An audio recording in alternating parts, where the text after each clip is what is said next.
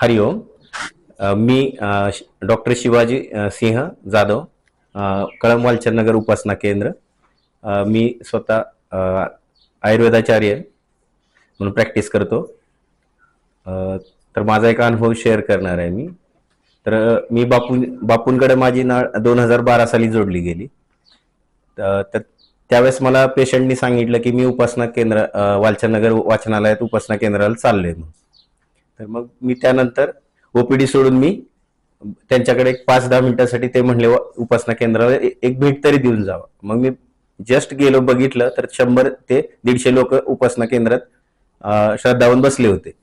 तर मी बघितलं, ठीक आहे. मग मला असं वाटलं की काय, म्हणजे मला बापू बद्दल काहीच माहिती नव्हतं, की जस्ट ओव्हरलुक म्हणून मी गेलो होतो. आणि मग तिथून मी ओपीडीत येऊन बसलो परत.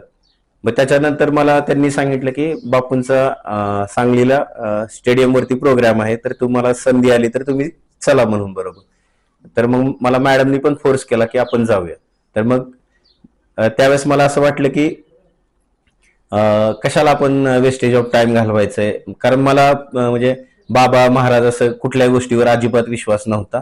आणि म्हणजे मला त्याच्यात इंटरेस्ट पण नव्हता की नको आपल्याला जायला नको म्हणून.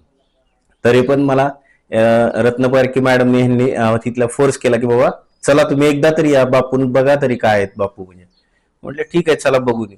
मग मी ज्यावेळेस स्टेडियम मध्ये एंट्री केली तर माझ्याकडे एक वेगळाच ऍटिट्यूड होता की आपण एक डॉक्टर आहे प्रोफेशनली, आपण विनाकारण क्लिनिक सोडून, पेशंट सोडून, आपलं डेली इन्कम सोडून आपण विनाकारण कशासाठी चाललोय इथं, पैसे म्हणजे गाडी खर्च करून, असं माझ्या मनात एक संभ्रम होता किंवा एक गर्व म्हणा किंवा असं वेगळंच फिलिंग होतं की बापूंबद्दल. म्हणजे थोडक्यात निगेटिव्हिटीच होती की की कशासाठी आलोय आपण इथं. आणि ज्यावेळेस मी तिथं पोहोचल्यानंतर मी जस्ट चौकशी करायला लागलो की तुम्ही कोण आहे, प्रोफेशन काय आहे. तर कोणी बीडीएस सांगायचं, कोण एमडी कन्सल्टंट, कोण सांगायचं मी फॉरेनवरून आलोय किंवा आम्ही मुंबईवरून आलोय, लक्झरी गाडी करून आलोय.